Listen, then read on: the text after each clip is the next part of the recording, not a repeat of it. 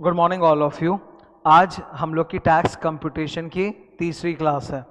ठीक है, तो आज बहुत कुछ नया सीखेंगे। पहले मैं याद दिला देता हूँ कि पिछले दो क्लास में हम लोगों ने क्या सीखा था। फर्स्ट क्लास में मैंने सारे tax rates, normal tax rates, special tax rates, important tips for solving a sum, वो सब डिस्कस कर दिया था। ओके, और दो तीन इलस्ट्रेशंस भी कराए थे उसमें छोटे छोटे। सेकेंड क्लास जो हुई थी, सेकेंड क्लास में पिछले क्लास का सारा टैक्स रेट्स रिवाइज करवाया था और हम लोगों ने 3 लंबे न्यूमेरिकल्स किए थे बढ़िया वाले, जिससे पूरा कॉन्फिडेंस आए कैसे होता है। आज हम लोग सीखेंगे relief under section 89। Relief under section 89 सिखाऊंगा और 2 लंबे सम्स सॉल्व करना वो भी सिखाऊंगा पूरा। ठीक है, तो अभी डिस्कशन स्टार्ट करते हैं। अपना प्रीवियस ईयर 19-20 असेसमेंट ईयर 2021 है, उसी के हिसाब से है ये। So we will start with question number 6। ये लंबे सम्स, एकदम शांति से सुनना, मैं सब समझा दूंगा एवरीथिंग। तुम्हारा अगर पिछला तुमको कोई याद नहीं है तो भी दिक्कत नहीं है, तुम सीधा अगर ये तीसरी क्लास सुन रहे हो तो भी समझ में आएगा। ध्यान से सुनो। इस पर्टिकुलर क्वेश्चन में क्या क्या सीखने को मिलेगा हम लोग को। Salary, house property, PGBP, deductions under chapter 6 से, फिर नॉर्मल रेट ऑफ टैक्स और स्पेशल रेट ऑफ टैक्स सब देखेंगे।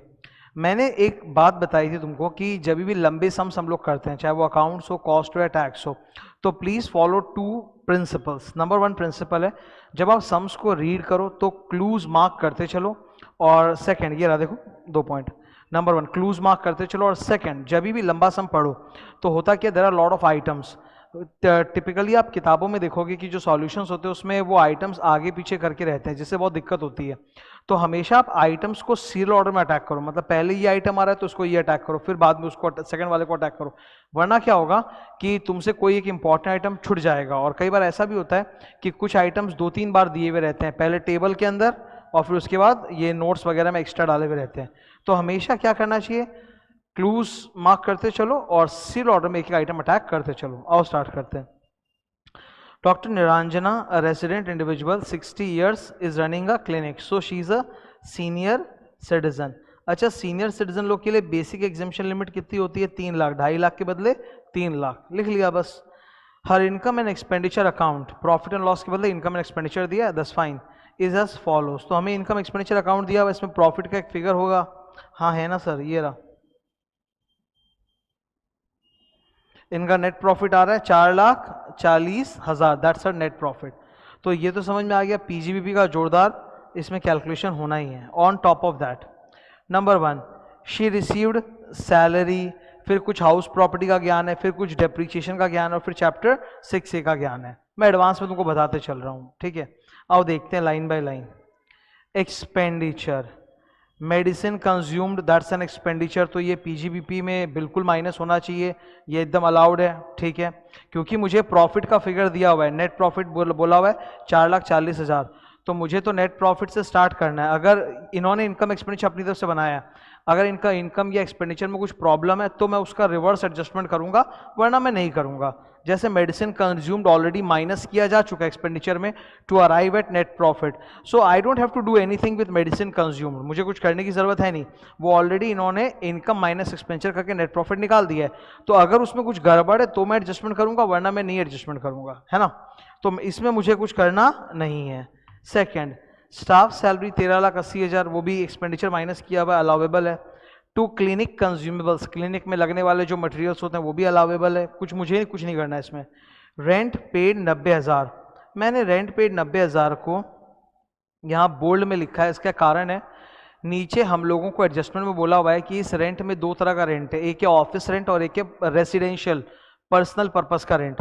तो क्योंकि हम पीजीबीपी कंप्यूट कर रहे हैं तो उसमें सिर्फ ऑफिस रेंट माइनस होना चाहिए, क्लिनिक का जो रेंट लगता होगा, क्योंकि शी इज अ डॉक्टर तो क्लिनिक का जो रेंट लगेगा खाली वही माइनस होना चाहिए। अगर वो घर लेके भाड़े पर रह रही है, पर्सनल रेंट एक्सपेंडिचर उसका रेसिडेंशियल, तो वो तो लेस नहीं होना चाहिए, तो वो हमें बोला हुआ है, तो वो हमें यहाँ पे एडजस्ट करना पड़ेगा। ठीक है, जैसे देखो नंबर 2, नंबर 3 पढ़ो आप। नंबर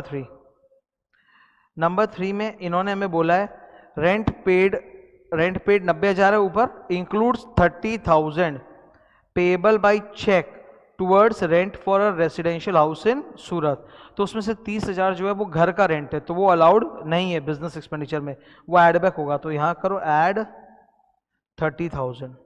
आपने तो 90,000 माइनस कर दिया, to arrive at the profit of 440, जबकि आपको 60,000 माइनस करना चाहिए था, तो हम लोग 4,40,000 के प्रॉफिट में 30,000 एड बैक कर देंगे। अब एक छोटा सा चीज़ है, मैं याद दिलाना चाहूँगा, डिडक्शन अंडर चैप्टर 6A, मैं ये बाद में भी बोलूँगा और अभी फिर से बोल रहा हूँ। डिडक्शन अंडर चैप्टर 6A में हम लोगों ने एक सेक्शन पढ़ा था 80 GG का, ठीक है, जो कि बेसिकली रेंट वाला होता है कि अगर कोई इंसान एक रेंटेड घर में रहता है और उसको HRA हाउस रेंट अलाउंस नहीं मिल रहा है तो वो 80 GG में जाके डिडक्शन क्लेम कर सकता है रेंट के लिए। करेक्ट है ये बात, लेकिन उसमें एक इंपॉर्टेंट कंडीशन थी कि that person should not own a residential house in the place of residence और इन द ऑफिस, मतलब जिस इलाके में उनका ऑफिस या घर है वहां पे उनका खुद का कोई रेजिडेंशियल प्रॉपर्टी नहीं होना चाहिए। That's an important condition. आगे जाके पता चलेगा इस क्वेश्चन में कि इस लेडी के पास ऑलरेडी सूरत एक बहुत फेमस जगह है, डायमंड सिटी के नाम से जाना जाता है गुजरात में, तो सूरत में जहां ये रहती हैं वहीं पे इनका खुद का एक घर भी है जो इन्होंने किराए पे दे रखा है। तो आपके पास खुद का एक घर है जो आपने किराए पे दे रखा है और दूसरे जगह पे आप किराए में रह रहे हो सूरत में, तो आपको फिर 80 GG का डिडक्शन नहीं मिलेगा। ठीक है, ये बात एडवांस में बता दिया, पर ये आगे लिखा हुआ भी आएगा, I will show it to you. ठीक है, एडमिनिस्ट्रेटिव एक्सपेंस है 2,55,000, तो एडमिनिस्ट्रेटिव एक्सपेंस तो अलाउड होता है, होना भी चाहिए, लेकिन क्या है कि हम लोगों को आगे बताया हुआ है नोट में कि 2,000 रुपीज़ का म्युनिसिपल टैक्स है जो हाउस प्रॉपर्टी के लिए इन्होंने पे किया है, तो वो हाउस प्रॉपर्टी में जाके लेस होता है, तो वो हाउस प्रॉपर्टी का म्युनिसिपल टैक्स आपके पीजीबी में आपको लेस करने नहीं मिलेगा, बोलता है वो 2,000 रुपया इस 2,55,000 के अंदर इंक्लूडेड है। आओ चेक करते हैं। ठीक है, ये देखो आप, rent received relates to property GA at Surat, GAV 27,000, the municipal tax of 2,000 paid in December has been included in administrative expenses. तो एडमिनिस्ट्रेटिव एक्सपेंसेस जो हैं आपके वो है 2,55,000 ये रहे, तो इसमें 2,000 का वो म्युनिसिपल टैक्स घुसा हुआ है, तो वो यहाँ पे लेस थोड़ा होगा पीजीबी में, वो तो हाउस प्रॉपर्टी में लेस होगा, तो यहाँ पर 2,000 वो लेस किया हुआ है, मुझे वो एड बैक करना है, तो एड बैक 2,000। ठीक है, तो एडमिन एक्सपेंस में 2,000 रुपया बैठा हुआ है जो म्युनिसिपल टैक्स का हाउस प्रॉपर्टी के लिए, वो हाउस प्रॉपर्टी में लेस होगा, पीजीबी में नहीं, तो वो यहाँ पे एड बैक करो। तीसरा, amount paid to scientific research association, approved scientific research association में 150% का रिडक्शन है, ये मैं अभी पिछले 2 क्लास में बता भी चुका हूँ, 150% का रिडक्शन है, और ये सिर्फ इस असेसमेंट ईयर के लिए, नेक्स्ट असेसमेंट ईयर से वो 100% ही हो जाएगा। तो इन्होंने 1.5 लाख रुपया दिया है, पर इनको डिडक्शन तो 150% मिलना चाहिए, तो 1.5 लाख का 150%, 1.5 लाख का 150% कितना होता है, 2,25,000, तो इनको 75,000 का रिडक्शन और मिलना चाहिए, तो और दे दो -75,000। तो ये देखो आपने लेफ्ट हैंड साइड में जो जो एडजस्टमेंट्स करने थे वो आपने कर लिए, that is something you have already done. अब अपने उस तरफ चलेंगे, इनकम साइड में कंसल्टेशन एंड मेडिकल चार्जेस, यही तो इनका मेन पीजीबीपी इनकम है। एक डॉक्टर है तो डॉक्टर की तो कंसल्टेंसी फीस वगैरह ही होती है ना, तो वो इनकी 58,85,000 है, which is a great amount, तो ये इनका रेवेन्यू है। ठीक है, तो ये तो रेवेन्यू में आना ही चाहिए, तो इसमें मुझे कुछ भी एडजस्टमेंट नहीं करना। अच्छा, ये 4 आइटम्स जो आपको दिख रहे हैं, ये 4 आइटम्स जो है, ये 4 आइटम्स ऑफ इनकम जो है ये पीजीबीपी इनकम नहीं है, this is not PGBP income. इस 4 आइटम्स के अंदर house property income, IFOS income, वो सब शामिल है, तो वो आपको हटा के IFOS या हाउस प्रॉपर्टी में डालना पड़ेगा। Let us start. इन्हें इनकम टैक्स रिफंड मिला है 5,450 का। ठीक है, तो 5,000, ये पहली बात तो ये चारों आइटम्स जो आप देख रहे हो, चारों आइटम ये IFOS या HP के हैं, तो पीजीबीपी में इनकम नहीं माना चाहिए, पर इनको पीजीबीपी में इंक्लूड करके 4,40,000 का प्रॉफिट आया है, तो इनको पहले पीजीबीपी इनकम से हटाओ, यानी कि माइनस करो, माइनस माइनस माइनस माइनस, तो ये चारों पीजीबी में माइनस होंगे। अब ये IFOS में जाएंगे और HP में जाएंगे, देखते हैं। सबसे पहला आइटम ये रहा अपने सामने, income tax refund. Income tax refund इनको मिला है 5,450 रुपये का, जिसमें से 5,000 रुपया तो रिफंड का अमाउंट है और 450 रुपया उसमें से इंटरेस्ट का अमाउंट है। मैं तुमको प्रैक्टिकली बता रहा हूँ, हम लोग जब रिटर्न फाइलिंग, ये इतना फेमस आइटम है इनकम टैक्स रिफंड, इतना फेमस क्यों है, आई विल टेल यू। जैसे मैं एक कोचिंग टीचर हूँ, यू नो मी, मेरी फाइल में कौन सा इनकम आएगा, मेरी फाइल में पीजीबीपी इनकम आता है, क्लियर बात है, I am a coaching teacher, तो मेरे फाइल में क्या इनकम आएगा, पीजीबीपी। अब क्या होता है कि मेरी तो एनुअल जो टोटल इनकम है वो 10,000 के ऊपर है, तो मेरे को तो भाई एडवांस टैक्स जमा करना ही पड़ेगा, एडवांस टैक्स, तो हर क्वार्टर मुझे एडवांस टैक्स जमा करना पड़ता है। अब एक बार पीछे का दोनों AC ऑन कर दो, इसको थोड़ा पावरफुल कर दो, तो पीछे बढ़ जाओ। क्या बोल रहा था मैं, हाँ, तो जैसे कि मैं एक टीचर हूँ, मेरी पीजीबीपी इनकम है और मेरी टोटल इनकम ऑब्वियसली 10,000 के ऊपर है, तो मुझे तो एडवांस टैक्स देना पड़ता है और हर क्वार्टर देना पड़ता है, क्वार्टर एंडिंग के बाद। तो एडवांस टैक्स आपको मालूम है कि अगर हम लोग कम एडवांस टैक्स दें तो फिर सरकार क्या इंटरेस्ट वगैरह लगा देगी, तो बहुत महंगा पड़ जाएगा। तो इससे बढ़िया है आप एडवांस टैक्स ज़्यादा दे दो। तो हम लोग हमेशा अपनी एस्टिमेट से ज़्यादा ही निकाल के एडवांस टैक्स सरकार के पास जमा कर देते हैं। अब जब अगले साल हम लोग का पूरा रिटर्न बनता है, टैक्स ऑडिट होता है, तो उसमें हमेशा ही इट इज़ फाउंड आउट कि we have paid more tax. तो हम लोग को बैलेंस टैक्स जो हमने एक्स्ट्रा दे रखा है वो रिफंड चाहिए, तो we get income tax refund. Almost जितने भी लोगों का पीजीबीपी इनकम होता है उन सबको इनकम टैक्स रिफंड मिलता है, बिकॉज वो लोग एडवांस टैक्स ज़्यादा जमा करके रखते हैं हमेशा ही। ये एकदम आप मान के चलो, ये होता ही है, इनकम टैक्स रिफंड आता ही है। अब सर क्या है, आप बिलीव नहीं करोगे, इनकम टैक्स रिफंड 2-2 साल बाद आता है। मतलब मैं एडवांस टैक्स आज अगर 2020 में जमा कर रहा हूँ, ये सपोज ये साल चल रहा है 2020, तो मैं इसमें एडवांस टैक्स सरकार को जमा किया, ये मेरे को 2-3 साल बाद जाके रिफंड आएगा इसका, 2022 में 23 में, तो उस पर गवर्नमेंट ब्याज भी जोड़ के देती है। तो ऐसा ही होता है बिल्कुल कि हमेशा इनकम साइड में इनकम टैक्स रिफंड दिखाया जाता है, तो उसमें प्रिंसिपल अमाउंट इतना, इंटरेस्ट अमाउंट इतना। ना जो प्रिंसिपल अमाउंट है 5,000 रुपीज का जो आपको दिख रहा है, वो तो टैक्सेबल है नहीं, वो तो इनकम टैक्स हमने दिया था, वी गॉट इट बैक, तो दैट्स नॉट इनकम टैक्स का income tax is not deductible as an expenditure. याद होगा पीजीबीपी में इनकम टैक्स और वेल्थ टैक्स जो आप पे करते हो उसका रिडक्शन नहीं मिलता। सिमिलरली इनकम टैक्स जो रिफंड आया 5,000 वो भी टैक्सेबल नहीं है, पर सर उस पर जो 450 रुपए का ब्याज है, उस पे जो ये 450 रुपए का ब्याज है, ये तो आईएफओएस में जाएगा ना, ये तो एक्स्ट्रा इंटरेस्ट इनकम है, तो ये आईएफओएस में जाएगा। ठीक है, dividend from units of UTI, ये आईएफओएस में जाएगा, but we all know that ये एग्जेम्प्ट हो जाएगा। पहले इसको आईएफओएस में भेजेंगे और फिर वहां पे ये यूटीआई से मिलने वाला है, तो 10 का 35 में एग्जेम्प्ट है ना। Winning from game show, net of TDS 15,000 35,000, तो हमें तो ग्रॉस लेना है। नेट विनिंग्स 35,000 उस पर टीडीएस 15,000 है, तो जोड़ के कितना होता है 50,000, तो 50,000 जाएगा आईएफओएस में। ना सिर्फ ये 50,000 रुपया आईएफओएस का विनिंग्स है, परंतु ये स्पेशल इनकम भी है। एलटीसीजी, एसटीसीजी और IFOS, these are special incomes. इस पर 30% का टैक्स रेट लगता है, ना आपको इसमें स्लैब मिलेगा और ना आपको चैप्टर 6 का रिडक्शन मिलेगा इसमें, तो दिस इज स्पेशल इनकम। फिर बाई रेंट, तो इनको रेंट भी रिसीव होता है, तो rent received is house property income 27,000, तो ये एचपी में जाएगा, हाउस प्रॉपर्टी। ठीक है, रेंट रिसीव्ड या रिसीवेबल, उसे हम जीएवी लेते हैं, gross annual value, and then we move, तो 27,000 रुपये का इनका रेंट रिसीवेबल है, वो हाउस प्रॉपर्टी में जाएगा। तो एडजस्टमेंट्स क्लियर है। अभी देखो हम लोगों ने टेबल पूरा समाप्त कर दिया, अब टेबल के बाद अपने नोट्स में जाएंगे एक एक करके, है ना। आओ देखते हैं। इनको डॉक्टर निरंजना को सैलरी भी मिलती है, तो इनके पास कुछ सैलरी इनकम भी है। ये हॉस्पिटल वगैरह में जाके मतलब पार्ट टाइम बेसिस पे काम करती हैं, तो हॉस्पिटल इनको सैलरी देता है। इनका सैलरी महीने का कितना है 7,500 रुपया पर मंथ, तो साल का कितना अपना निकल के आएगा 90,000 रुपया, तो इनका 90,000 रुपया आएगा सैलरी इनकम। तो हमें इनका सैलरी इनकम कंप्यूट करना पड़ेगा। नाउ इनकी सैलरी बहुत सिंपल है, they have not given us any allowance पर विजिट, तो कोई मेहनत तो है नहीं, बस बेसिक सैलरी मिलता है 90,000 साल का, उसमें से खाली 50,000 का स्टैंडर्ड डिडक्शन देना पड़ेगा। अब कई स्टूडेंट ये भूल जाएंगे, वो 90,000 सैलरी जरूर लेंगे सम्स को सॉल्व करते हुए, बट दे विल फॉरगेट कि सैलरी में 50,000 का स्टैंडर्ड डिडक्शन मिलता है, तो वो हमें नहीं भूलना है। सेकंड, रेंट रिसीव्ड, ये मैं पढ़ा चुका फिर पढ़ा रहा हूं। Second, rent received relates to property situated at Surat. जैसे कि मैंने बोला गुजरात में एक बहुत ही फेमस सिटी है सूरत, डायमंड सिटी के नाम से जाना जाता है। इनफैक्ट मतलब वर्ल्ड का major diamond processing, cutting, polishing Surat में ही होता है, it's known as diamond city.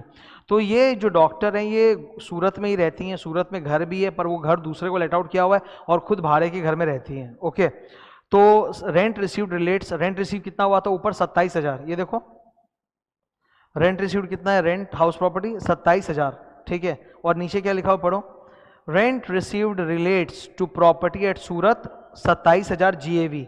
हाँ, तो जो रेंट रिसीव्ड है वही जीएवी है 27,000। म्यूनिसिपल टैक्स इसका 2,000 था जो एडमिन एक्सपेंस में इंक्लूड किया गया था, तो वहां से हमने एड बैक कर दिया। अब 27,000 एचपी का जीएवी दिया हुआ है, उसमें से हम 30% स्टैंडर्ड डिडक्शन कर लेंगे, लेस म्युनिसिपल टैक्स कर देंगे। अगर इन्होंने लोन वोन लिया है जो कि अभी तो दिख नहीं रहा है तो इंटरेस्ट ऑन लोन लेस होगा एंड ऑल दैट। तो ये इससे इनका हाउस प्रॉपर्टी का कैलकुलेशन होगा। So this first adjustment is salary, second is house property. Great. Third rent, third वाला मैंने बता दिया था, रेंट 30,000 रुपया पे किया है, ऊपर 90,000 में इंक्लूड था, तो वो घर के लिए है।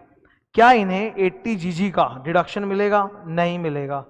कारण 80 जीजी का डिडक्शन तब मिलता है जब आपका खुद का कोई घर नहीं होता। तो इनका खुद का घर है सूरत में, जो इन्होंने रेंट पे लगा रखा है, और अपने खुद रहती किसी दूसरे घर में रेंट देके, तो उस फिर 80 जीजी इनको मिलने वाला नहीं है। ये बात बहुत इंपॉर्टेंट है, ये मैंने नोट में लिख रखा है ना।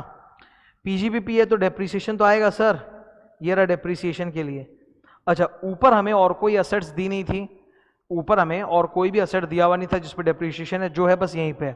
तो फर्स्ट 4/19 को क्लिनिकल इक्विपमेंट्स का ओपनिंग डब्ल्यूडीवी 5 लाख है, और 7 दिसंबर मतलब almost later half of the year में इन्होंने नया खरीदा है 2 लाख का। पहली बात, मैंने डेप्रीसिएशन के रेट्स आपको याद दिलाए थे, मैं रिवाइज कराए थे, फिर एक बार करा देता हूँ। मैं बोर्ड पे दिखा देता हूँ, then you can also revise with me, ठीक है। ये देखो, ये मैंने पिछले क्लास में करवाया भी था, फिर बोल देता हूँ। बिल्डिंग कितना सर? 10%।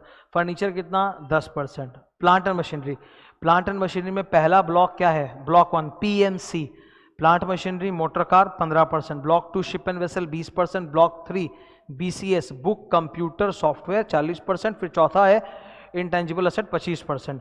तो क्लिनिकल इक्विपमेंट कहीं नहीं आएगा, तो वो प्लांट मशीनरी में आएगा, तो 15% रेट है उसके लिए। और अगर put to use less than 180 days है तो हाफ रेट लगेगा। तो ये क्लिनिकल इक्विपमेंट पे डेप्रिसिएशन का इनका रेट कितना रहेगा? 15%, ठीक है। तो फर्स्ट 4/19 को ओपनिंग डब्ल्यूडीवी है 5 लाख, उस पर डेप्रिसिएशन आएगा 15%।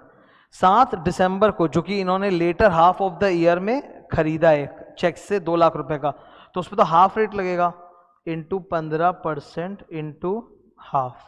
तो ये आ गया डेप्रिसिएशन जो आपको लेस करना है। नाइस। अब ये नीचे वाले जो 3 आपको दिख रहे हैं ना एडजस्टमेंट, ये चैप्टर 6 से वाले एडजस्टमेंट से सारे के सारे। चलो एक एक करके पढ़ते हैं। Niranjana availed loan of 5.5 lakh रुपया for a bank from a bank for higher education of her daughter, she repaid principal 1 lakh. Education loan का जो प्रिंसिपल अमाउंट आप पे करते हो उसका आपको डिडक्शन नहीं मिलता है।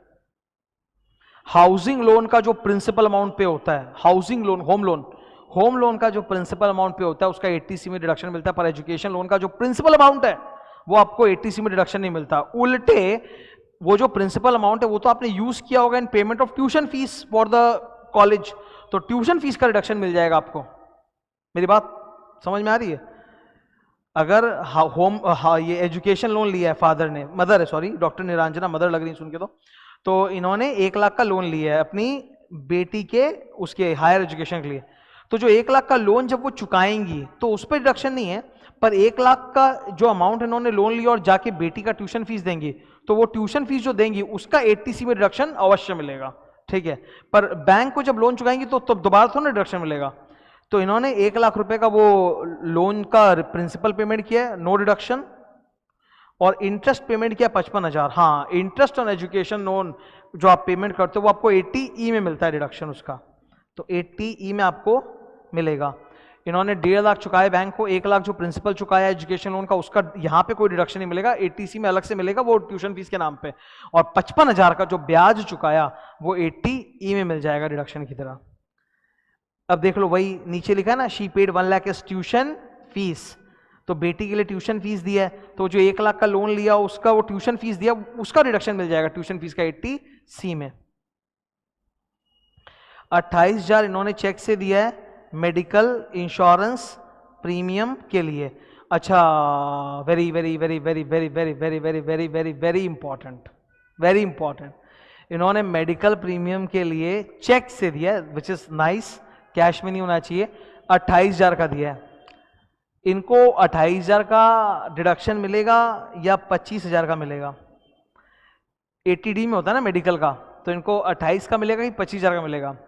नॉर्मली नियम ये होता है कि 25,000 तक की मैक्सिमम लिमिट होती है, पर फिर वहाँ पे बोला हुआ था कि जिस व्यक्ति के लिए मेडिकल प्रीमियम दिया जा रहा है वो अगर सीनियर सिटीजन है तो फिर 50,000 तक का रिडक्शन मिलेगा। तो इनका तो 28 ही है and she is a senior citizen, ऊपर आया था तो इनको पूरा 28,000 का रिडक्शन मिलेगा, फुल अलाउड। तो ये हमने लाइन बाय लाइन सब कर लिया। अब आइए इसको थोड़ा उकेरते हैं कंप्यूटेशन में। ये रहा सॉल्यूशन। सबसे पहले सैलरी, तो सैलरी में हम लोगों ने देखा था 90,000 रुपये सैलरी मिली, 50,000 का स्टैंडर्ड डिडक्शन, 40,000 रुपये आउटर कॉलम में आ गया। फिर हाउस प्रॉपर्टी, हाउस प्रॉपर्टी में जीएवी कितना था, 27,000 क्लियर दिया हुआ है, उसमें से म्युनिसिपल टैक्स 2,000 का लेस हो जाएगा 25,000। अब उस पर 30% का स्टैंडर्ड डिडक्शन मिलेगा 7,500, 17,500।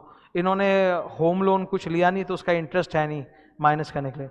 देन कम्स पीजीबीपी, पीजीबीपी में जो एडजस्टमेंट्स करने केवल वो करने हैं। नेट प्रॉफिट दिया हुआ है 4,40,000, अब उसमें जो आपको एडजस्टमेंट्स करने हैं। तो सबसे पहले तो ये जो 4 आइटम इनकम में शामिल है जो कि IFOS HP में जाएगा वो माइनस करो, तो 5,450, 10,500, 35,000, 27,000, ये हटेगा इनकम से, हटाओ इसको यहाँ से। ये रहे चारों के चारों आइटम्स लेस, है ना। फिर आपको लेस क्या करना है, डेप्रीसिएशन। डेप्रीसिएशन मैंने बताया था 15%, फिर 15% हाफ रेट, तो 5 लाख और 7.5%। 5 लाख का 15% और 2 लाख नया क्लिनिकल इक्विपमेंट खरीदा था दिसंबर महीने में, तो 7.5%, दैट इज डेप्रीसिएशन। फिर इन्होंने साइंटिफिक रिसर्च में 1.5 लाख दिए थे, पर डिडक्शन मिलेगा 2,25,000 का, 150%, तो 75,000 का और मिलेगा डिडक्शन, ये रहा।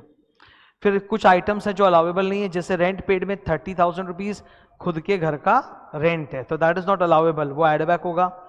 एडमिनिस्ट्रेटिव एक्सपेंस में 2,000 रुपया म्युनिसिपल टैक्स का था जो कि HP में लेस होगा, तो यहाँ नहीं, यहाँ ऐड होगा, कर दिया आपने। सो इनकी पीजीबीपी इनकम आई है 2,29,450। अब बचा क्या, IFOS। IFOS में क्या आएगा, इनकम टैक्स रिफंड पे 450 रुपये का ब्याज था, वो आएगा। Dividend from UTI exempt under section 1035, winnings from TV game show 50,000 रुपया, ये आ गया 50,750। और एक वहाँ पे था रेंट रिसीव्ड 27,000, वो तो HP इनकम में चला गया। तो इनके चारों हेड्स आ चुके हैं, कैपिटल गेन्स इनको हुआ नहीं है। सो ये आपका GTI आ चुका है 3,37,500, दैट्स द GTI। अब उसमें से हमें लेस क्या करना है, डिडक्शंस अंडर चैप्टर 6 से। क्यों, अभी hold a second, special income के नाम पे इनके पास LTCG STCG नहीं है। इनका स्पेशल इनकम में सर बस एक ही आइटम है, वो है ले दे के winning from TV game show, कहाँ गया, ये रहा 50,000 रुपए का। तो आप ये तो समझ जाओ कि 3,37,000 में नॉर्मल वाला इनकम है 3,37,400 माइनस 50,000, 287,400, ठीक है, ये यहां तक है। और इनका जो स्पेशल इनकम है जो कि है विनिंग्स, वो है 50,000।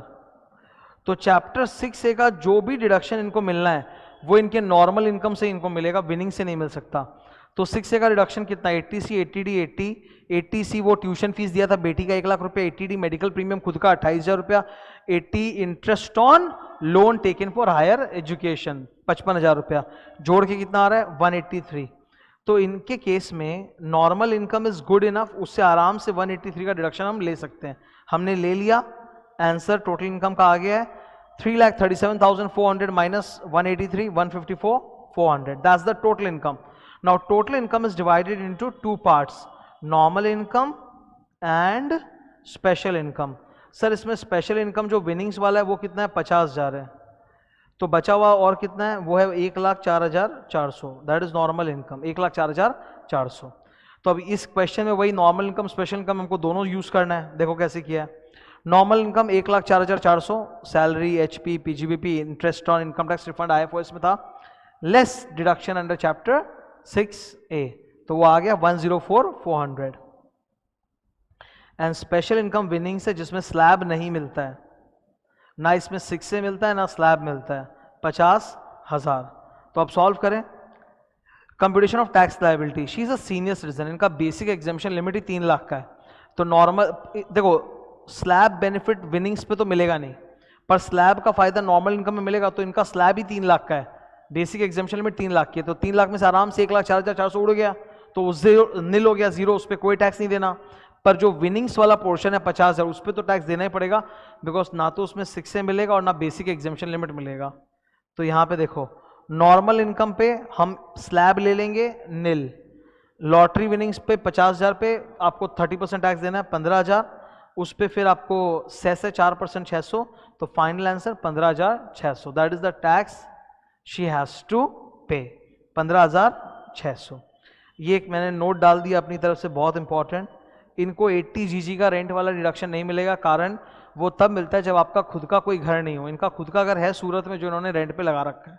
Okay, so that was doctor Niranjana का क्वेश्चन। तुम देखो इसमें क्या क्या सीखे, सैलरी आया, एचपी आया, पीजीबीपी आया, 6 से आया, नॉर्मल एंड स्पेशल रेट्स आया। डन ना, ये गुड क्वेश्चन। अब ये लाइन से एमसीक्यूज वगैरह डन हो चुके हैं, अब आते हैं रिलीफ पर। Relief is a big topic, एक अच्छा क्वेश्चन भी है इसके ऊपर, ये लास्ट टॉपिक है। अच्छा एक काम करता हूँ, रिलीफ में बाद में जाऊंगा, पहले एक और एक लंबा सम्स करा दूं, ठीक है। वो लंबा सम मैंने डाला है इधर, ये रहा क्वेश्चन नंबर 8 चार्ली वाला, ये भी अच्छा लंबा सम्स है, इट्स अ गुड वन, इसका फ्लेवर पूरा अलग है। ये एक लंबा सम मैं करा देता हूँ, फिर रिलीफ करेंगे, है ना। तो रिलीफ लास्ट टॉपिक रहेगा। क्वेश्चन नंबर 8, इसमें क्या सीखने को मिलेगा?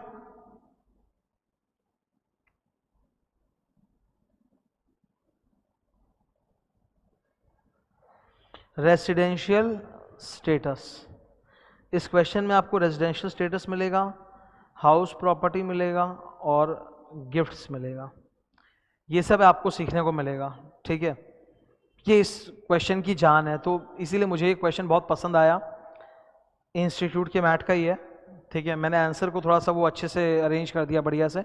ये इंस्टीट्यूट के मैट का बहुत अच्छा क्वेश्चन लगा मुझे, क्योंकि इस क्वेश्चन के बहाने रेसिडेंशियल स्टेटस पूरा का पूरा क्लियर हो जाएगा।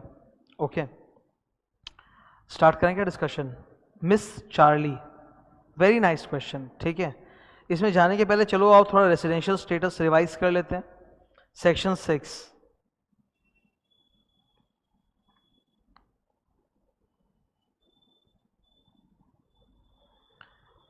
थोड़ा सा एक रेसिडेंशियल स्टेटस रिवाइज हो जाएगा तो अच्छा रहेगा ना। Section 6, an individual is said to be a resident in India in the previous year if he satisfies one of the following two conditions। तो आपको ए या बी में से कोई एक कंडीशन अगर आप फुलफिल करते हो तो आपको रेसिडेंट मानेंगे एंड अकॉर्डिंगली आपका टैक्स निकलेगा, वरना आपको हम नॉन रेसिडेंट का दर्जा देंगे, ठीक है। ये मिडिल का दोनों बंद कर दो। तो वो दो चीजें क्या हैं? पहला कंडीशन होता है कि सिर्फ आप जो प्रीसीडिंग प्रीवियस ईयर है वही देखिए, आप वो प्रीवियस ईयर देखिए, उसमें क्या जो भी इंडिविजुअल था वो greater than equal to 182 days था कि नहीं था, ठीक है। सिर्फ प्रीसीडिंग ईयर में देखिए, जो प्रीवियस ईयर गया ना उसी प्रीवियस ईयर में क्या वो 182 डेज तक भारत में थे, अगर थे तो रेजिडेंट है, ये पहला कंडीशन। मतलब लेटेस्ट डेटा देख लो, लेटेस्ट अगर नहीं देख सकते तो आपके लिए एक दूसरा कंडीशन है, और नंबर बी दूसरा कंडीशन क्या है कि आप ट्रेंड देखो, ट्रेंड कि लास्ट 4 सालों में 4 प्रीसीडिंग प्रीवियस ईयर्स में पीपीवाई प्रीसीडिंग प्रीवियस ईयर 4 पीपीवाई में मिला के क्या वो 365 दिन तक थे, plus in the immediately preceding previous year क्या वो कम से कम 60 दिन तक थे, ठीक है। ये है टोटल ज्ञान। फिर से देख लो, या तो पहला कंडीशन या तो जस्ट प्रीसीडिंग प्रीवियस ईयर में आप 182 डेज थे, या फिर 4 प्रीवियस प्रीसीडिंग ईयर्स में प्रीसीडिंग प्रीवियस ईयर्स में आपका टोटल 365 दिन इंडिया में स्टे था, प्लस जो इमीडिएटली प्रीसीडिंग ईयर है उसमें 60 दिन कम से कम था। तो नंबर ए और बी के अंदर 2 पॉइंट्स है, इसीलिए बीच में एंड है, ठीक है। इस तरह से ज्ञान है, तो हमें ये सॉल्व करके निकालना है। एक इंपॉर्टेंट चीज़ जो आप याद रखना, इस पर मुझसे ना कल एक इंटर के स्टूडेंट ने क्वेश्चन भी पूछा था ईमेल पर कि टैक्स और लॉ का थोड़ा वो कंपैरिजन पूछा था कि सर टैक्स में तो ऐसा हम लोग सीखे, तो एक्चुअली वो स्टूडेंट बोली कि सर टैक्स में तो अपने सीखते हैं कि रेसिडेंशियल स्टेटस जो होता है उसमें जब हम लोग डेज निकालते हैं, कैलकुलेट करते हैं, तो वहाँ पे हम लोग date of arrival and date of departure दोनों काउंट करते हैं इनकम टैक्स में। पर लॉ में जब हम लोग जनरल क्लॉज एक्ट पढ़ते हैं तो वहाँ तो हमें सिखाया गया कि आपने बोला कि एक दिन को छोड़ो और एक दिन को एक्सक्लूड करो, एक दिन को इंक्लूड करो, correct. She was absolutely right. Income tax में फंडा अलग है और जनरल क्लॉज एक्ट में लॉ में फंडा अलग है। रेसिडेंशियल स्टेटस हर स्टैट्यूट में अपना अलग मेथड होता है कैलकुलेट करने का।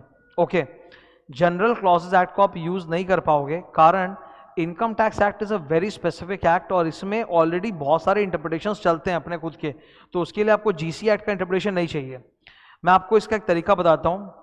ये जो हम लोग नोट देख रहे हैं ना, जहाँ बोला हुआ है नोट में, देखो लिखा है both the date of departure and the date of arrival are counted. जिस दिन डिपार्चर करोगे वो भी काउंट होगा, जिस दिन अराइव करोगे वो भी काउंट होगा। ये कहाँ लिखा हुआ है? ना तो ये इनकम टैक्स एक्ट में बोला हुआ है, ना रूल्स में बोला हुआ है, दोनों जगह नहीं है। ये एक्चुअली इनकम टैक्स के वेबसाइट पे जब आप जाओ तो वहाँ पे एक इनकम टैक्स में कैलकुलेटर है, वो उनका अपना ऑटोमेटिक कैलकुलेटर है इनकम टैक्स इंडिया के वेबसाइट में, ठीक है, जहाँ पे रेसिडेंशियल डेज कैलकुलेट होते हैं। तो वहाँ पे आप फीड करो डिपार्चर अराइवल, तो जो डिफरेंस आएगा आप देखोगे डिफरेंस में ऑटोमेटिकली दोनों दिन को कंसिडर किया है। ओके, इसमें बल्कि बैंगलोर ट्राइब्यूनल का एक कॉन्ट्ररी जजमेंट भी है। बैंगलोर ट्राइब्यूनल ने तो बोला था कि नहीं, इनकम टैक्स में भी हम डेज निकालते वक्त एक दिन छोड़ेंगे, एक दिन लेंगे, जस्ट लाइक जीसी एक्ट, पर फिर वो फॉलो नहीं किया गया। पूरे इनकम टैक्स में हर जगह यही एक्सेप्टेड व्यू है, even the income tax officer का, और खुद इनकम टैक्स की वेबसाइट में भी मैंने बताया ना कि आप दोनों डेज को काउंट करोगे, ठीक है। तो अब देखते हैं क्या होता है। Miss Charlie, an American national, got married to Radhe of India. तो एक इंडियन पर्सन से मिस चार्ली का शादी हो गया। हमारे से क्वेश्चन चार्ली के बारे में पूछा गया, राधे के बारे में नहीं। हमारा असेसी कौन है? मिस चार्ली, राधे नहीं। तो चार्ली का राधे से शादी यूएसए में हुआ। कब हुआ?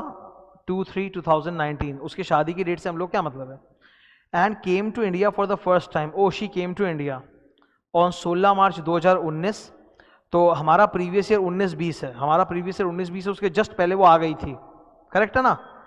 She left for USA on 19/9/19, ठीक है।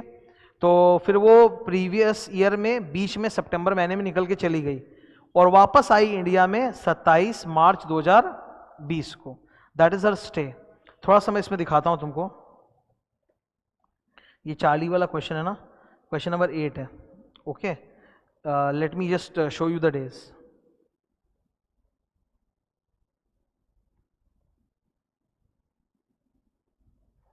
तो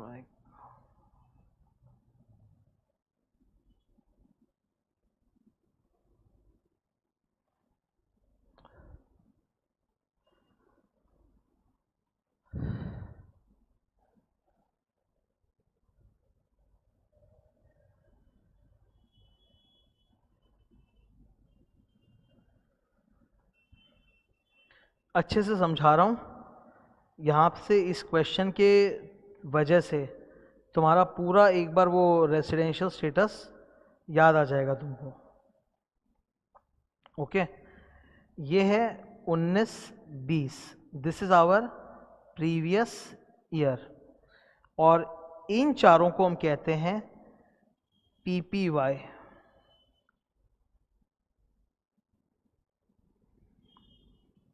प्रीसीडिंग प्रीवियस ईयर, और ये है हमारा असेसमेंट ईयर 2021। क्लियर एकदम ये? ठीक है, फिलअप कर लेते हैं थोड़ा।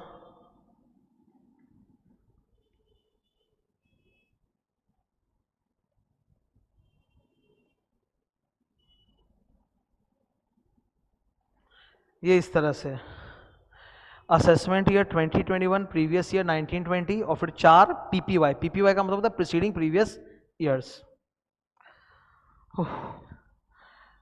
पढ़ते हैं।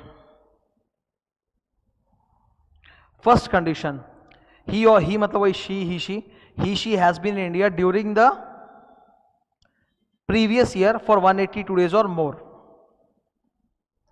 पहला कंडीशन होता है कि आप कम से कम यहां पर greater than equal to 182 days रुके हैं, that is the first condition. उसमें हम ये चेक नहीं करते।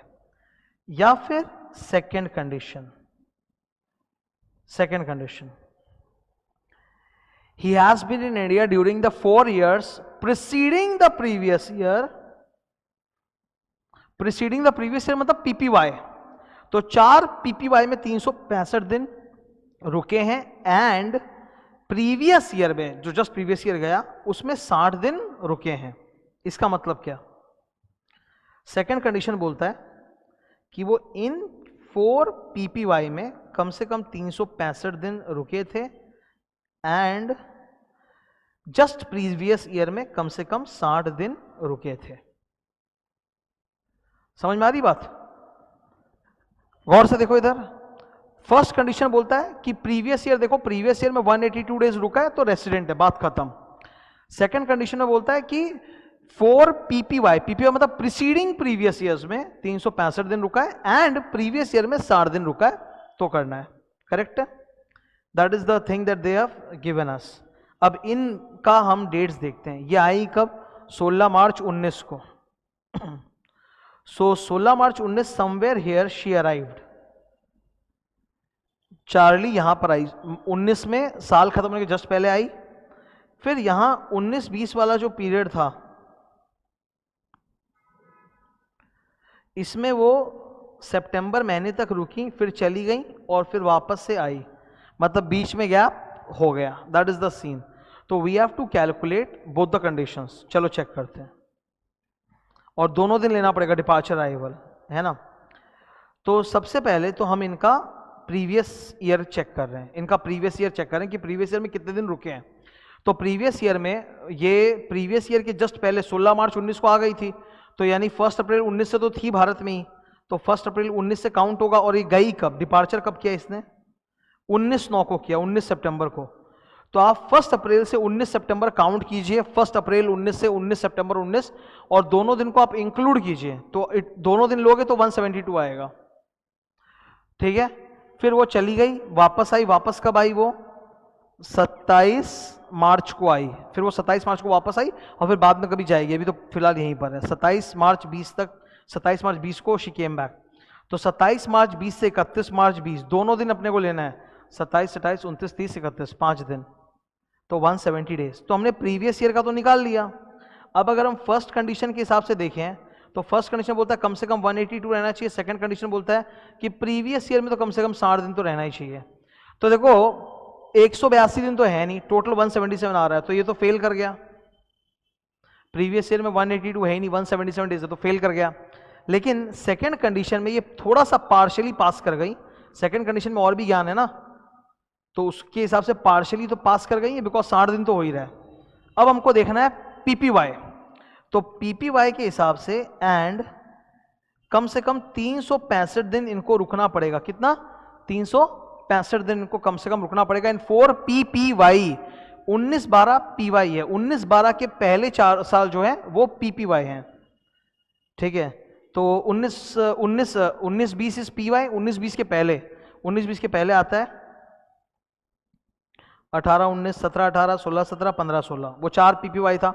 अब उसमें से 3 में तो ये भारत में थी नहीं, खाली वो एकदम हल्का सा लास्ट पीपीवाई में वो आई थी 16 मार्च को। तो 16 मार्च 19 से 31 मार्च 19 आप दोनों दिन को इंक्लूड करो, 16 दिन आएगा। फेल कर गया। कम से कम चाहिए था 365 दिन, फेल कर गया। तो ओवरऑल क्या हुआ? फर्स्ट कंडीशन में भी फेल हो गया, सेकंड कंडीशन में भी फेल हो गया। तो she is not a resident, she is a non resident. As she fails to fulfill any of the 2 conditions for being a resident, she is a non-resident. तो she is a non-resident, तो non resident की तरह ही इनको treat किया जाएगा। इनका global income taxable नहीं होगा। इनका income which is deemed to accrue or arise in India केवल वही टैक्सेबल होगा। और नॉन रेजिडेंट होने की वजह से ना इनको कुछ बेनिफिट्स होते हैं जो सिर्फ रेजिडेंट इंडिविजुअल को मिलते हैं, वो इनको नहीं मिलेंगे बेनिफिट। जैसे हम लोग पढ़ते हैं ना कि 5 लाख तक टैक्स नहीं देना पड़ता क्योंकि रिबेट अंडर सेक्शन 87A मिल जाता है। रिबेट अंडर 87A, अगर आपका रेजिडेंट इंडिविजुअल हो, 5 लाख तक टोटल इनकम है, तो आपको 12,500 और the tax amount which ever is lower उतने का रिबेट मिल जाएगा। तो शी इज तो non resident, she will not gate rebate also under 87A। तो ये एक रेसिडेंशियल स्टेटस का अपना पहला प्रैक्टिस हो गया इससे, समझ गए।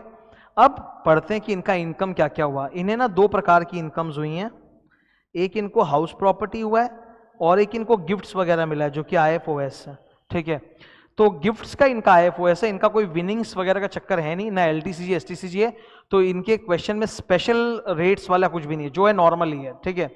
हाउस प्रॉपर्टी इनकम कितना है इनका, बोला जब ये भारत में थी तो इन्होंने एक प्रॉपर्टी लीज पे लिया था और उसको रेंट पे चढ़ा दिया था, ठीक है। तो उनको रेंट आता था 25,000 पर महीना करके फ्रॉम 1 मई 2019। तो she started having rental income in India from 1 मई 19 से लेके 31 मार्च, यानी कि 11 महीने तक रेंटल इनकम कमाया है। तो 11 महीना इंटू 25,000, 2,75,000, ठीक है। ये जो घर है इसके लिए इन्होंने बैंक से लोन भी लिया था, ठीक है, और उस पर इंटरेस्ट दिया इन्होंने 97,500। तो interest on bank loan for housing purpose, उसका तो एचपी इनकम में ही अपने को रिडक्शन मिल जाएगा 97,500 का।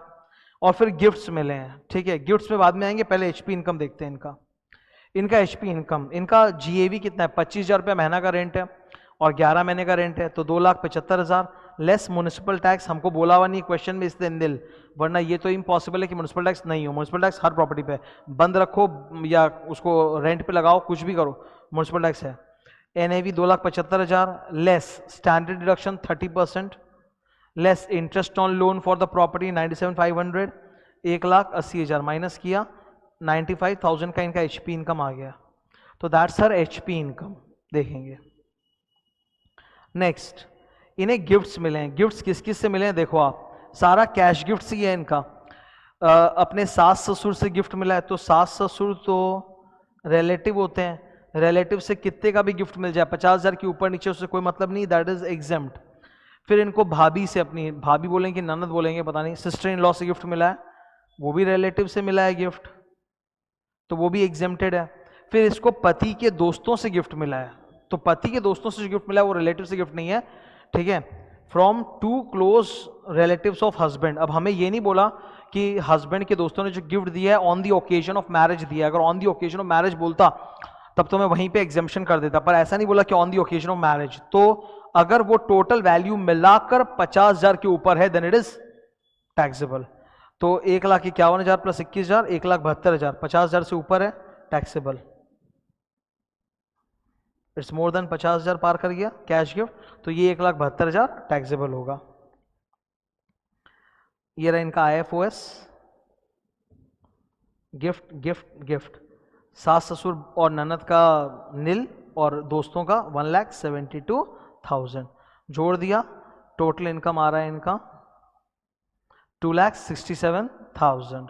अब कायदे से तो इनका टोटल इनकम बहुत कम है, 2,67,000 है, और हम जानते हैं 5 लाख तक इनकम होने पे नील हो जाता है रिबेट मिलके। बट याद रहे she is a non resident, और नॉन रेसिडेंट को रिबेट अंडर 87A नहीं मिलता है, ठीक है, तो इनको रिबेट नहीं मिलेगा। ये बात मैंने नोट्स में बोल दी है, ये रहा, इनको रिबेट नहीं मिलेगा, she is a non resident. दूसरी बात है, इनको इनकम के 2 ही सोर्स थे, हाउस प्रॉपर्टी और गिफ्ट्स, और ये कोई भी स्पेशल इनकम नहीं है, सब नॉर्मल इनकम है, ठीक है। तो इनके यहाँ स्पेशल रेट्स का कोई चक्कर है ही नहीं। अब 2,67,000 पे टैक्स निकालना है, तो इनका स्लैब तो वही है जो एक नॉर्मल रेजिडेंट इंडिविजुअल का होता है, 2.5 लाख रुपए तक एग्जेम्प्ट, और उसके बाद 2.5 लाख के ऊपर जो 17,000 है उस पर 5% टैक्स लगेगा, तो 2.5 लाख तक नील, फिर 17,000, 2,67,000, 17,000 पे 5%, 850, 4% cess 884, rounded off 880, so that's the tax amount 880, she has to pay 880 rupees as tax. अच्छा क्वेश्चन था, इस क्वेश्चन के थ्रू थोड़ा सा हम लोग एचपी सीखे, गिफ्ट्स रिवाइज हो गया है ना। सबसे ज़बरदस्त बात है रेजिडेंशियल स्टेटस बहुत अच्छे से याद आ गया। रेजिडेंशियल स्टेटस में हम लोग फर्स्ट कंडीशन है प्रीवियस ईयर का देखते हैं कि कम से कम 182 डेज होना चाहिए, एंड या फिर सेकंड कंडीशन है 4 पीपीवाई में 365 दिन एंड पीवाई में 60 दिन। तो ये कंडीशंस होती हैं for being a resident, you have to satisfy one of the 2। दोनों में फेल कर गई थी, she is a non resident, है ना। तो ये चार्ली वाला सम्स भी अपना कंप्लीट होता है। तो अभी अराउंड कुछ 45 मिनट्स हुए और मैंने 2 बढ़िया सम्स तुम लोगों के साथ डिस्कस कर दिया है। अब मैं रिलीफ करूंगा। हेलो, ओके, स्टार्ट करते हैं। अब हम लोग का ये जो पूरा chapter tax, GTI, tax competition, relief, everything is done. सिर्फ एक बड़ा टॉपिक बाकी है एंड दैट इज रिलीफ, और ये मैं बहुत अच्छे तरीके से समझाने जा रहा हूं। इसके ऊपर एक बहुत सुंदर लंबा इलस्ट्रेशन भी डाला है मैंने। ओके, स्टार्ट करते हैं। Relief under section 89। सबसे पहले तो ये किसके ऊपर अप्लाई करेगा, ये सैलरी इनकम वालों पे अप्लाई करेगा, किस पे सर? ये अप्लाई करता है सैलरी इनकम वालों पे। सैलरी इनकम किसको होती है? एम्प्लॉय। तो अभी तुम अपने दिमाग से house property, PGBP, capital gains, IFOS सब हटा दो। यहाँ पे हम चर्चा किसके बारे में करेंगे? सैलरी इनकम वाले बंदे, मतलब एम्प्लॉय के बारे में ही चर्चा करने जा रहे हैं। उसी के लिए ये टॉपिक आया है, रिलीफ अंडर सेक्शन 89। ये पूरा जो तुम 3 पॉइंट्स देख रहे हो इसमें लिखा हुआ है, ये इधर मैं ऊपर कर रहा हूं एक बार, 1, 2 एंड ये 3, ये तीनों पॉइंट्स जो हैं ये एक्चुअली एक ही सिंगल सेक्शन है, सेक्शन नंबर 89, एक ही सिंगल सेक्शन है 89। उसी को तोड़ तोड़ के ऐसे लिखा गया है। ये पूरा 89 है, 1 और 2 और 3 नंबर जो है वो प्रोवाइजो है। ओके, तो ये उस तरह से बना हुआ है। अभी इसका पहले कॉन्सेप्ट आप समझो क्या हो रहा है। जैसे एक एम्प्लॉय है, ये खास तौर पे थोड़ा मजदूर लेवल पे होता है ये चीज़। ओके, सैलरी मिल रही है उसको कई सालों से। 2-3 साल पहले जो लेबर यूनियन है उन्होंने कंपनी के साथ मांग रखा था कि हमारा सैलरी बढ़ा दो, तो इन्होंने बढ़ाया नहीं था, फिर भी वो लोग काम कर रहे थे और मामला लेबर कोर्ट में चल रहा था कि सैलरी बढ़नी चाहिए। तो 3 साल बाद जाके जजमेंट आया लेबर कोर्ट का कि हाँ सैलरी बढ़नी चाहिए। तो ये लेबर के लिए तो गुड न्यूज़ है, पर किसके लिए बैड न्यूज़ है? एम्प्लॉयर बोलेगा हाय राम, अब मुझे वो 3 साल जो जिसका मैं सैलरी दे चुका उसमें लेबर कोड बोल रहा है कि बढ़ा के सैलरी दो, मतलब जो एक्स्ट्रा सैलरी दो, तो जो डिफरेंस पोर्शन मुझे वापस से भी देना पड़ेगा, तो देना पड़ेगा। That's called arrears of salary. ठीक है, अरियर्स एरियर्स दोनों प्रोनाउंसिएशन चलते हैं। ठीक है, तो that's called arrears of salary. Arrears या अरियर्स ऑफ सैलरी का मतलब क्या होता है कि पिछले सालों में सैलरी दी जा चुकी है, पर एक रेट होता है सैलरी का, और जजमेंट आ गया कहीं से कोर्ट से कि भाई आपको पिछले सालों में बढ़ा के सैलरी देना पड़ेगा। जो जितना आपने दे दिया और जितना देना चाहिए था, जो डिफरेंस है एक्सेस, वो आपको अभी देना पड़ेगा, इस साल देना पड़ेगा। That's called arrears of salary. तो अब आप खुद सोचो कि ये अरियर्स ऑफ सैलरी है पिछले 3 सालों का, पर मुझे मिलेगा इस साल में। से आई एम एन एम्प्लॉय, तो इस साल क्या होगा, मुझे करंट ईयर की तो सैलरी मिलेगी ही मिलेगी, यस, प्लस मुझे पिछले 3 साल का जो वो बढ़ा हुआ सैलरी का पोर्शन है एरियर्स, वो भी मिलेगा। तो इस साल का मेरा जो सैलरी इनकम है वो बढ़ जाएगा, और सैलरी इनकम बढ़ जाएगा तो स्लैब जो होता है ना मेरे ऊपर 2.5 लाख तक नील, फिर 5%, फिर 20%, फिर 30%, तो मैं तो हायर स्लैब में चला जाऊंगा और मेरे को बहुत ज्यादा टैक्स देना पड़ जाएगा। करेक्ट है? यही वाला जो एक्स्ट्रा पोर्शन अरियर्स है, अगर आपने मुझे पहले ही दे दिया होता, उसी वक्त पिछले 3 सालों में ही अगर आपने मुझे दे दिया होता, तो उस वक्त तो वो फिर लोअर स्लैब में रहता, I would have paid less tax. पर आप अभी दे रहे हो तो आई हैव टू पे मोर टैक्स। ठीक है, तो ऐसे केसेस में गवर्नमेंट बोलती है एक काम करो, कैलकुलेट करो कि अगर यही अरियर्स जो तुमको इस साल मिल रहा है, जिससे तुम्हारा स्लैब अपर स्लैब में तुम चले गए, जिससे ज्यादा टैक्स देना पड़ रहा है, अगर यही अरियर्स इस साल नहीं मिलके पिछले 3 सालों में ही मिल गया होता उन रेस्पेक्टिव ईयर्स में, और तुम्हारा टैक्स लायबिलिटी क्या होता, तो वो भी निकालो। ठीक है, दोनों निकाल लो कि अगर वो होता तो क्या होता और अब क्या हो रहा है। तो अब जो हो रहा है वो ऑब्वियसली ज्यादा टैक्स हो रहा है, तो जो भी डिफरेंस आएगा that will be given away as relief. Relief का मतलब है हम आपको माइनस करना अलाउ कर देंगे। Now this is not marginal relief, मैं फिर से बोल रहा हूं, मार्जिनल रिलीफ कब मिलता है? वो भी रिलीफ है। मार्जिनल रिलीफ तब मिलता है जब आपकी इनकम स्लाइटली 50 लाख, 1 करोड़, 2 करोड़, 500 करोड़ से ज्यादा है, जिससे आपके ऊपर सरचार्ज ज्यादा लग रहा है, तो आपका जितना सरचार्ज की वजह से जो टैक्स आ रहा है that is more than the extra income. तो गवर्नमेंट बोलती है the additional tax can not be more than the extra income, तो माइनस करके जो आएगा वो रिलीफ मिल जाएगा। यहां पे फंडा वही है, पर चीज अलग है। चीज अलग क्या है? करंट ईयर में I am getting more than 12 months का सैलरी। करंट ईयर में I am getting more than 12 months का सैलरी, करंट ईयर का सैलरी भी मिल रहा है और मुझे पिछले सालों का सैलरी भी मिल रहा है, जिसकी वजह से मेरा मोर देन 12 मंथ्स का सैलरी आ रहा है, and I am moving to higher slab and I am paying additional tax. ठीक है, और यही अरियर्स अगर मुझे अभी नहीं मिलके पहले के सालों में मिला होता ना, उस वक्त ही मुझे मिला होता, तो मैं लोअर स्लैब में ही रहता, मेरे को इतना टैक्स हर्ट नहीं करता। एक तो और एक बात है, आज जो स्लैब चल रहा है और पहले जो स्लैब चल रहा है उसमें भी तो फर्क है ना। अभी जो स्लैब चल रहा है और पहले के सालों का स्लैब में भी तो फर्क है, तो दैट्स ऑल्सो बिग प्रॉब्लम। तो अगर ऐसा है कि आप अरियर्स इस साल मिलने की वजह से आपको ज्यादा टैक्स देना पड़ रहा है, तो आप एक काम करो, अरियर्स को पिछले सालों में जोड़ के हाइपोथेटिकल टैक्स निकाल लो और करंट ईयर का टैक्स निकाल लो, जो डिफरेंस है आपको रिलीफ मिल जाएगा, that is one. Second, pillows, profit in leave of salary, pillows बोलते हैं ना इसको प्यार से अपने। Profit in leave of salary एक ऐसा होता है जो आपको मिलता तो है जॉब चालू होने के पहले या जॉब चालू होने के बाद या जॉब छोड़ने की वजह से ही, मतलब जॉब से उसका कनेक्शन है, बट ड्यूरिंग एम्प्लॉयमेंट नहीं मिलता, बिफोर या आफ्टर एम्प्लॉयमेंट मिलता है वो, ठीक है। That is called profit in leave of salary. इसका क्लासिक एग्जाम्पल होता है retrenchment compensation, VRS, non compete fees, ठीक है। तो ये सब इसके एग्जाम्पल्स हुए, मैंने एग्जाम्पल भी लिख दिया है तुम लोग के लिए पिलोस का, ठीक है। Key man insurance policy, these are pillows. तो ये सब हर साल नहीं मिलता, ये सब कभी कभी मिलता है। तो अगर आपकी रिटायरमेंट ईयर में आपको मिल रहा है तो अचानक से तो आपका सैलरी जोर का बंप मारेगा ना ऊपर की तरफ, उसलिए। तो इन सब चीजों से क्या होता है, the result, the net outcome is this, his income is assessed at a rate higher than at which it would have otherwise been assessed। तो आप हायर रेट का शिकार हो जाते हो। तो जो भी डिफरेंस निकल के आएगा, पहले आप निकालो कि अगर आपको अभी नहीं देना पड़ता, पहले ही देना पड़ता तो क्या होता, और अभी देने की वजह से क्या हो रहा है, तो जो भी डिफरेंस आएगा that will be given to you as relief. इसमें और एक चीज है, ये भी एक केस है, ठीक है। फैमिली पेंशन, मान लो एक एम्प्लॉय मर गया, डिसीज, डेड, मर गया, तो पेंशन उसके घर वालों को मिल रही है, उसके फैमिली मेंबर को मिल रही है pension, that's called family pension. तो उसके घर वालों को भी रिलीफ मिलेगा, उसके घर वालों को भी रिलीफ मिलेगा। थर्ड वाला जो है ना, ये एक्चुअली कई स्टूडेंट्स को बहुत दिक्कत होगा। वो लोग पढ़ेंगे 1 नंबर केस में रिलीफ है, 2 नंबर केस में रिलीफ है, थर्ड में बोलेंगे नहीं मिलेगा रिलीफ, देखो नो रिलीफ। तो वो डर जाएंगे घर में, ये कैसे सर, ये प्रोवाइजो में दिया हुआ है, प्रोवाइजो टू सेक्शन 89, ठीक है। प्रोवाइजो अपने मैंने बताया था ना, प्रोवाइजो का मतलब क्या होता है, जब एक सेक्शन पढ़ रहे हो, सेक्शन में कुछ बातें बोली हुई है और फिर एक पैराग्राफ आएगा, provided that something something, that's called proviso. Proviso is opposite of the section, it is an exception. तो ऊपर जो 2 बातें लिखी हुई हैं, ये 1 और 2, 1 और ये 2, ये सेक्शन 89 में दिया हुआ है।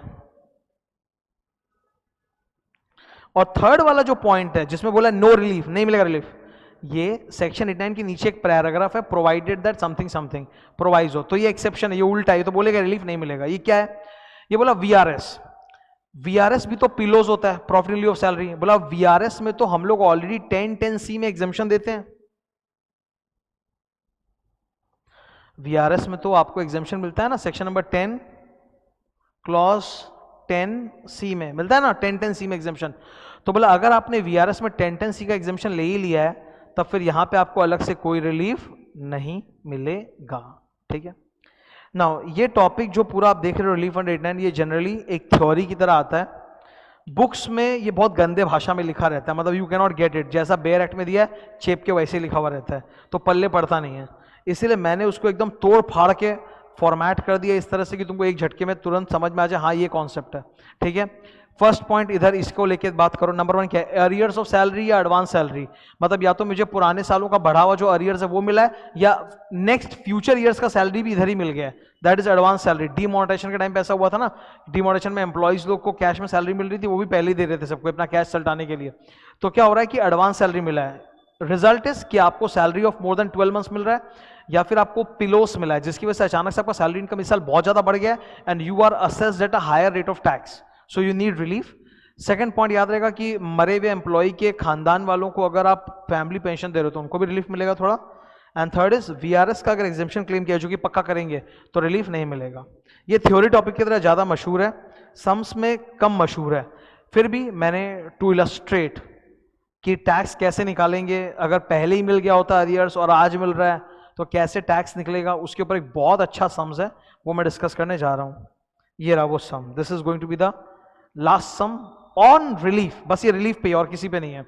और ये इतना जोरदार सम है, ये सम्स इंस्टीट्यूट के मैट का सम है, एकदम झकास सम्स है। लेकिन एक प्रॉब्लम है, इंस्टीट्यूट के मैट में जो इसका सॉल्यूशन तुम जाके देखोगे ना तो बहुत हार्ड है, उसमें उन्होंने सारे स्टेप्स उड़ा दिए हैं, सीधा फाइनल आंसर लिख दिया है, स्टेप्स उसमें लिखा हुआ नहीं है। तो तुमको घर पे करोगे ना तो एकदम फंस जाओगे, मर जाओगे, अरे क्या हो रहा है समझ में नहीं आ रहा है। तो मैंने उस सॉल्यूशन को पूरा खोल के समझा के लिखा है यहाँ पे, ताकि एकदम आराम से प्रेम से समझ में आ जाए, ठीक है, सब नोट्स बना दिया मैंने इसका। आओ डिस्कस करते हैं। Question 7 relief. क्वेश्चन 8 तो वो चार्ली का था ना, अमेरिकन रेसिडेंशियल स्टेटस कर चुके, अब 7 है, पहले 7 के बाद 8 है, तो 8 तो हो चुका अपना 7। In case of mister Hari who turned 67 years, मतलब सीनियर सिटीजन हो गए, ये क्वेश्चन में तुम्हारा हालत खराब हो जाएगा। तुमको इस बार 4 स्लैब यूज करना पड़ेगा। एक तो करंट असेसमेंट ईयर जो भी चल रहा है उस वाला स्लैब तो है ही, प्लस बोला है कि पिछले 3 सालों का इसको मिला है, तो पिछले 3 सालों का स्लैब भी इन्होंने हम लोग को दिया, वो भी यूज करना पड़ेगा। प्लस इस आदमी का जो एज है वो बार बार चेंज होगा, ठीक है।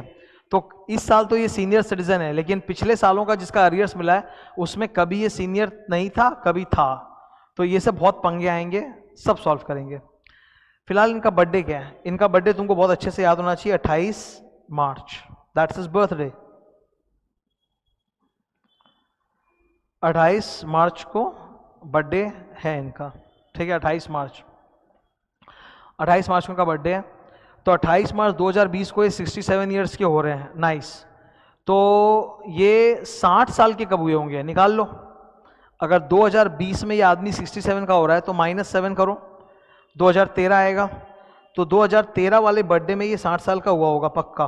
60 ईयर्स ऑन 28 मार्च 2013। इससे मेरे को पता चलेगा ना कौन से प्रीवियस ईयर में ये सीनियर थे, कौन से में नहीं थे। You are informed that the salary computed for the previous year 1920 10,20,000, तो इनकी करंट सैलरी है 10,20,000 और अरियर्स ऑफ सैलरी इनको मिला है 3,45,000। वो अरियर्स ऑफ सैलरी बहुत पुराने 3 सालों का है। कौन कौन से सालों का है वो? 10, 11, 11, 12, 12, 13, ठीक है। ये प्रीवियस ईयर है, माइंड इट, ये प्रीवियस ईयर है, असेसमेंट ईयर इसके बाद का हो। हाँ, तो मैं ये डिस्कस कर रहा था अभी तुम लोगों के साथ, एक बार कंटिन्यू कर रहा हूँ फिर से। तो इनको अभी हम लोग 19-20 प्रीवियस ईयर में, अब प्रीवियस ईयर 10, 11, 11, 12, 12, 13, मतलब कितना पीछे का 3 प्रीवियस ईयर्स है, उसमें इनकी सैलरी इतनी थी जो आपको दिख रही है, मैं एक बार मार्क कर रहा हूँ, 7,10,000, 8,25,000 और 9,50,000। उन 3 सालों में अरियर्स इनको मिलेगा आज, इस प्रीवियस ईयर 19-20 में। इस क्वेश्चन में ना थोड़ा सा केयरफुल रहना, प्रीवियस ईयर असेसमेंट ईयर, आप समझ रहे हो ना, प्रीवियस ईयर अगर 10-11 है तो असेसमेंट ईयर होगा नीचे 11-12, ये देखो असेसमेंट ईयर बोला हुआ है यहाँ पे, देखो जहाँ मेरा हाथ है, और यहाँ पे क्या बोला हुआ, प्रीवियस ईयर। तो प्रीवियस ईयर 10-11, 11-12, 12-13 है, तो असेसमेंट ईयर तो एक बात होगा 11-12, 12-13, 13-14। तो हमको उन 3 सालों का भी स्लैब इन्होंने निकाल के दे रखा है, ठीक है। This is the question. तो क्वेश्चन एकदम सिंपल है, एक पर्सन है मिस्टर हरी, 28 मार्च 2020 को 67 ईयर्स का हो रहा है, जो कि सीनियर सिटीजन है। मुझे ये भी जानना जरूरी है इनका बर्थडे, ताकि मैं इनके इन 3 साल में भी निकाल सकूं कि ये सीनियर थे कि नहीं थे, ओके, ताकि तभी पता चलेगा ना जो स्लैब अप्लाई होगा। बिकॉज जैसे आज के दिन तुमको मालूम है कि सीनियर लोग का जो बेसिक एग्जामिशन लिमिट 2.5 लाख नहीं 3 लाख है, वैसे पहले भी तो उनका स्लैब अलग था ना, तो हम लोग को दोनों स्लैब दिया, we have to decide what to do, ठीक है।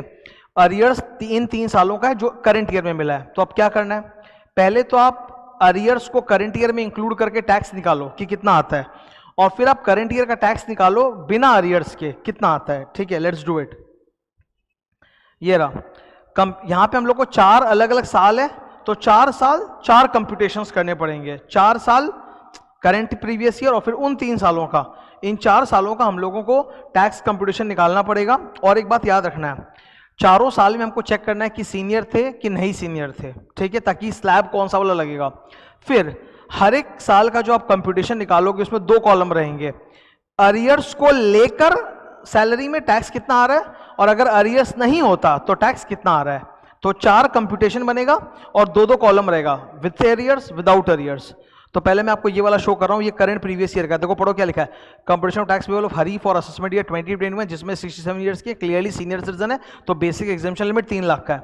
अब देखो पर्टिकुलर्स 2 कॉलम में, एक इंक्लूडिंग अरियर्स, दूसरा एक्सक्लूडिंग, देखो इंक्लूडिंग अरियर्स, एक्सक्लूडिंग अरियर्स, ठीक है। इनकी करंट सैलरी कितनी है, 10,20,000, 10,20,000 दोनों जगह लिखा हुआ है। एक बार अरियर्स ले लो, ऐड अरियर्स 3,45,000, वो इंक्लूडिंग अरियर्स है, और दूसरे वाला है विदाउट अरियर्स। टोटल किया हमने, टोटल कितना आ रहा है, 13,65, 10,20, तो अब उस पर आप टैक्स निकाल लो। ये सीनियर सिटीजन है तो इनका टैक्स का फॉर्मूला क्या आएगा, 3 लाख तक नील, फिर 3 लाख से 5 लाख तक 5%, तो 2 लाख का 5% होता है 10,000, फिर 5 लाख से 10 लाख तक 5 लाख पे 20%, 1 लाख, तो 1,10,000, इसीलिए 1,10,000, देखो रेड कलर में लिखा है मैंने, 1,10,000 plus 30% of total income minus 10 lakh, these things matter. यही चीज क्या है कि सॉल्यूशन में एक्सप्लेन नहीं रहता है किताबों में, तभी एक स्टूडेंट घर में अपना माथा पीटता रह जाता है कि यार ये कैसे सॉल्व हुआ, मेरे को समझ में नहीं आ रहा है, मैं अपना सॉल्व कर रहा हूँ 1,12,500 लगा के हो ही नहीं रहा, क्योंकि सॉल्व करते टाइम पे स्टूडेंट भूल गया ना कि क्वेश्चन के शुरू में बोला हुआ सीनियर सिटीजन है, तो याद रखना सीनियर है तो 1,10,000 होगा, 1,12,500 नहीं, 1,10,000 plus 30% of TI minus 10 lakh, तो हमने सॉल्व करके निकाला 2,19,500, 1,16,000, फिर उस पर 4% का सेस जोड़ दिया and we are getting the final figure of 2,28,280 and 1,20,640। इसका मतलब क्या है, करंट ईयर में अगर अरियर्स नहीं मिले होते ना पहले वाले, तो हमें टैक्स देना होता मात्र 1,20,640, इतना देना होता, लेकिन क्योंकि पहले का अभी मेरे को मिल रहा है 3,45,000, तो और वो भी 10 लाख के ऊपर वाले स्लैब में चला गया मैं 30%, तो मेरा टैक्स लायबिलिटी कितना जोर से बढ़ गया, 2,28,280। तो यही कंप्यूटेशन पहले आपको 4 सालों का करना है, जैसे करंट ईयर कर लिया, अब आपको उन 3 सालों का भी करना है, तब जाके आप रिलीफ निकाल पाओगे, तो उन 3 सालों का भी सॉल्व करेंगे। फर्स्ट लेट अस डिसाइड ये सीनियर कब थे कब नहीं थे, ये इसके लिए मैंने एक एज एनालिसिस का चार्ट बनाया। असेसमेंट ईयर ये रहा, वो रहा प्रीवियस ईयर, देखो this is assessment year, this is previous year. Birthday की उम्र जो होती है 28 मार्च की है, 1 अप्रैल की इनकी है नहीं, 28 मार्च है, तो ये बर्थडे प्रीवियस ईयर में देखते हैं कि असेसमेंट ईयर में, प्रीवियस ईयर में, इसीलिए हमारे लिए असेसमेंट ईयर रेलेवेंट नहीं है, ये काटना मत तुम, ये मैंने समझाने के लिए लिखा है। असेसमेंट ईयर हमको नहीं देखना, हमको प्रीवियस ईयर देखना है, उसमें जिसमें बर्थडे पड़ रहा है, ठीक है, तो बर्थडे तो प्रीवियस ईयर में पड़ता है, तो बर्थडे कब कब आएगा, 19-20 में बर्थडे कब आएगा, 28 मार्च 20, इनका तो मार्च 20 का बर्थडे है ना, 28 मार्च का, तो प्रीवियस ईयर के एकदम एंड में बर्थडे आता है इनका, तो 19-20 10 11 11 12 12 13 इनका एकदम उसमें चाप के एकदम कोने में आएगा 28 मार्च 20 11 12 13, दैट इज द बर्थडे एकदम एंड में। तो अब ये बंदा 20 में 67 का है, ओके, और 2011 में क्या रहा होगा, 9 साल माइनस करो, जैसे 20 माइनस 9 करने पे 11 आता है, तो 67 माइनस 9 करो 58, तो सीनियर नहीं है, नॉट सीनियर सिटीजन है, तो जो नॉर्मल स्लैब है वैसा लगेगा। वैसे ही 12 में आ जाओ, ठीक है, 2020 से 2012 में जाने के लिए 8 साल का गैप है, -8, तो 67 से भी -8 करो 59, तो इसमें भी सीनियर नहीं है। फिर 2020 से 2013 में आने के लिए -7, तो 67 से नीचे आओ, -7 करके क्या आएगा 60 ईयर्स, तो 60 सीनियर, तो इसमें सीनियर हैं। तो सीनियर कब कब है, करंट ईयर में सीनियर वाला स्लैब है, और फिर जो 2013-14 वाला असेसमेंट ईयर है, दिस वन,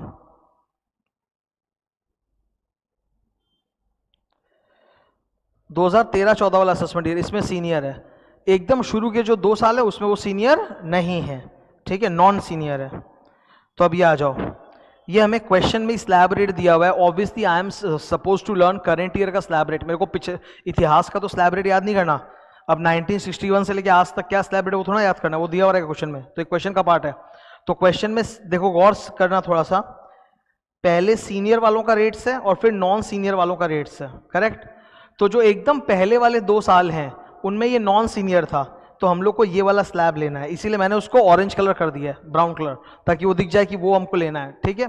ये क्वेश्चन में नहीं दिया हुआ रहेगा सर, वो मैंने किया है, ठीक है, ब्राउन कलर मतलब वो आपको नॉन सीनियर लेना है। और जो तीसरा साल है उसमें ये सीनियर बन चुके थे, 60 के हो गए थे, तो हमको सीनियर वाला जो स्लैब है वो लेना है, यानी ये वाला स्लैब लेके चलना है। Be very careful about this, इन्होंने भी तुमको पूरा एकदम बेवकूफ़ बनाने के लिए 2-2 स्लैब दे दिया, सीनियर नॉन सीनियर। तो आप पहले एज का एनालिसिस करके निकालो कि कौन से असेसमेंट ईयर के लिए वो सीनियर होंगे और नहीं होंगे। तो एकदम पहले 2 के लिए ही इज़ नॉट सीनियर, फिर थर्ड के लिए सीनियर है, और करंट के लिए तो ऑब्वियसली सीनियर है ही, ठीक है। तो यही स्लैब्स मैं यूज़ करके टैक्स निकालूंगा। अब मुझे क्वेश्चन में इनका ये देखो, ये रहा प्रीवियस ईयर, और उसमें टैक्सेबल सैलरी इतनी थी, और अरियर्स कितना कितना है, ये देखो उन 3 सालों में अरियर जो था वो 1,03,000, 1,17,000, 1,25,000 उधर मिल जाना चाहिए था, उधर नहीं मिला, अभी मिला, तीनों का जोड़ के कितना आ रहा है 345, जो अभी मिल रहा है। तो अब हमको इन 3 सालों में भी 3 टैक्स कंपटीशंस बनाने हैं, including arrears, excluding arrear, including arrear, excluding arrear, ऐसे। और स्लैब तो आपको दिख ही रहा है, वो मैंने वहां पे भी डाल दिया है सॉल्यूशन में, ताकि दिक्कत नहीं हो तुमको, है ना। अब ये 11-12 वाला जो असेसमेंट ईयर है उसमें ही is not a senior citizen, okay, 58 साल है तो सीनियर नहीं है, तो नॉन सीनियर वाला स्लैब लगेगा। I have taken that slab, वो स्लैब ये रहा, ये है वो स्लैब, ठीक है। ये देखो मैंने यहाँ पे सॉल्व करने के लिए दिखा दिया। Normally it is always my advice to all of you कि आप ऐसे स्लैब में शो करने का दरकार नहीं, इसको लॉन्ग कट बोलते हैं, है ना।